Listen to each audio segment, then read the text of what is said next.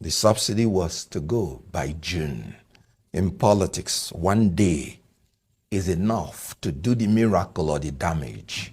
But what is the essence of you are saying in your inaugural speech that you are going to inflict more pain on the people? He said he was going to lead. Leadership is defined as the ability to influence people through inspiration, not intimidation or manipulation. That was a demonstration of arrogance of power, not humility of purpose. Now, when you are a leader, what is your purpose? Is it to inflict more pains on the people? No.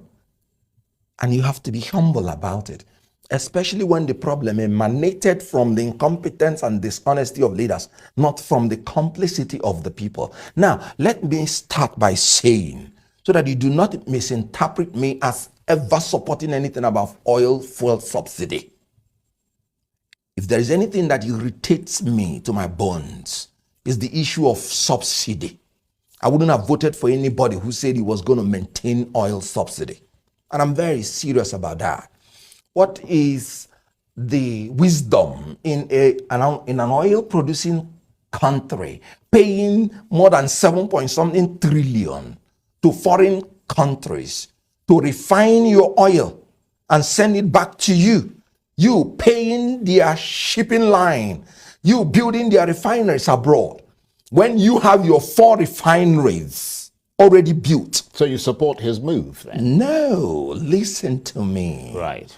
I am saying that I hate everything about oil subsidy.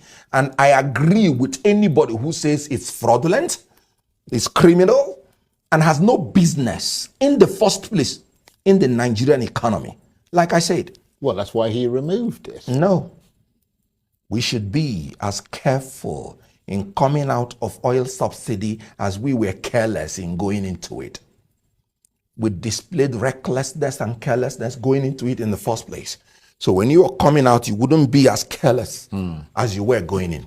So what I'm saying is, when you want to remove it, there are 2 fundamental bases, and I talk now as an economist, that you must fulfill in order to make sure that you don't destroy the economy before building it post-oil subsidy. And the 2 basic econometrics that you must achieve: you must saturate the system with fuel, and you must ensure there is no monopoly. When you saturate the system with fuel, elementary economics will teach you that when supply is excess, it maintains a cap on the price. However, no matter how supply is entrenched, if there is monopoly, the monopoly, through Shylock mentality of making profit, can still manipulate the supply in order to make sure that the price gets haywire. I give you an example with OPEC. OPEC can throw its weight around. Even when the supply is there and they don't like the price, they simply cut the supply and the price will jack up. That is what is happening in Nigeria. You should factor it in. Some people have been feeding big on that general corrupt tendency of oil subsidy manipulation to fill in their pocket. So when you want to deal with such things, you have to be careful coming out. You don't need to pronounce it. Like I said, why I said it's a demonstration of arrogance of power is just you just want to tell people that as president, my word is law, nothing else. Because the other regime has given you a leeway. What he said is unlawful. He said oil subsidy is gone. No.